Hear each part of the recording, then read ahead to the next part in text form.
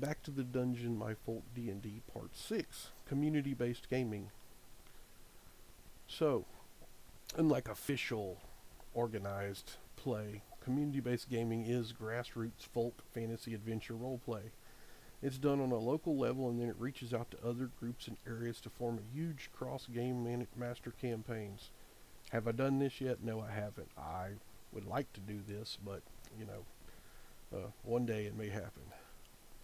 Much like how modern live-action role-playing game groups function, using the Back to the Dungeon RPG rules, a game master will start with a small map and extend in one direction, one map at a time. With community-based gaming, a GM and a group map can meet up with the other GM and group's maps. Then the GM can exchange their campaign notes and adventures. As a GM, one must not engage in overpowered min-maxing and world-ending scenarios every game, okay?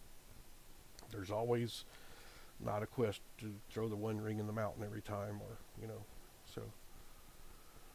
Keep threats to a local area until a group of game masters, once that forms, can plan a crisis of some sort of apocalypse to be averted, You want to first create a local Back to the Dungeon community in your area. Get as many good game masters as you can, and I tried this before and it fell on its face because everybody was trying to run their own thing that in some cases older editions that nobody wanted to play.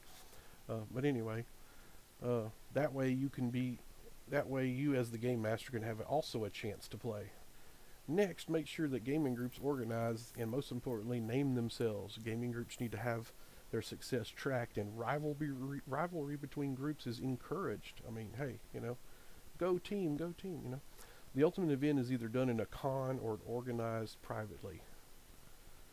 This is something an old blog post I wrote, and I'm going to share this with you. And if this can ever be pulled off, this will be awesome.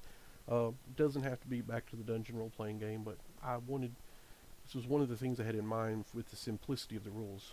Okay. The Adventures Guild Unlimited, the Giant Con game, a giant continuous Back to the Dungeon RPG game with huge amounts of players and multiple GMs, all in one location, either as a part of a con or an entire event. It can be done with everyone running this event on the same page, and the GMs are top notch.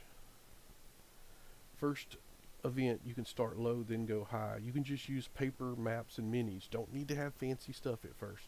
Unless sanctioned, use everything. As an event grows, you can get your terrain and really build the tables up. Here's my proposed plan to do this. Now, stay with me. Gateway to Adventure. First, you need a place for new players to enter and register to get characters. All new players start off at first level or 0 level. Hey, If there's some kind of ranking system, then players may possibly start off higher than first level. More details on ranking systems later if I feel like talking about it. So, you need a computer with internet and printer to print out character sheets. Once a character is registered or obtained, the player heads to the tavern table with their characters if they didn't already bring one.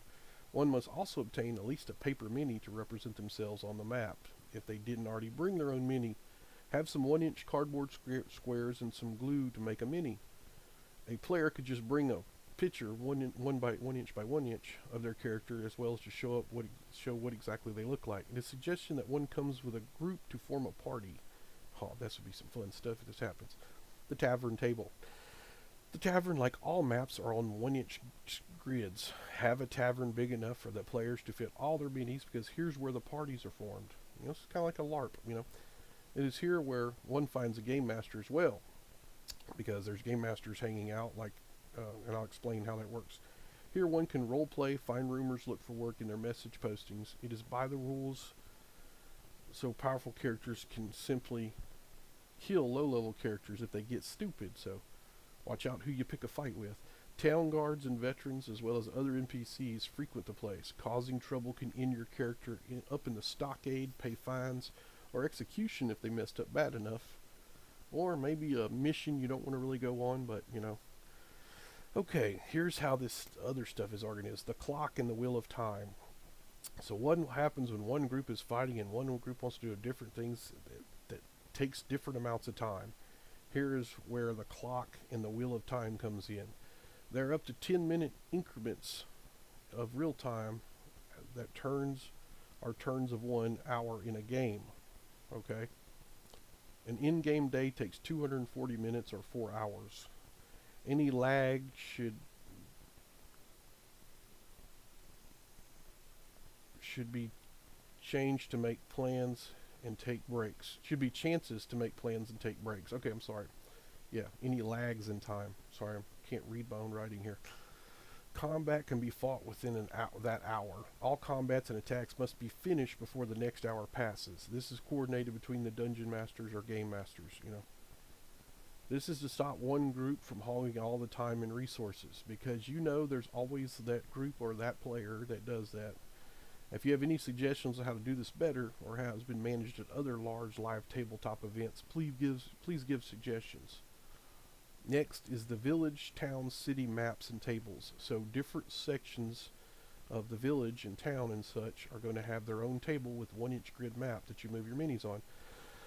The village or town might be small enough for a scaled table map. If not, then one would have a map to the city and key areas on a scaled map or miniature buildings on a table. Start small and on a budget. So you could just draw it on paper with 1-inch grids.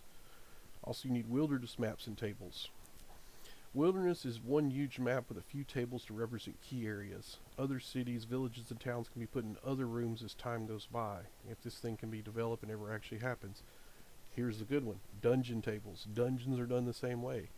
As many tables as you can fit for different sections and floors of the dungeon. Most of all, if you do this, document this and make a video of it if you ever make a game event like this. And give me some credit for it, darn it. I've suggested this more than once for our local con, and you know, it was going to end up using 5e rules, but oh well. What if we could just make something like this happen? It would be absolutely amazing. If it ever does, I will have a video on it. But so far, anytime I mention it, I'm not hearing a single thing. So, other than, wow, this is a great idea. I said, well, help me do it. And nobody wants to do a thing. But, like I said, maybe one day it'll happen.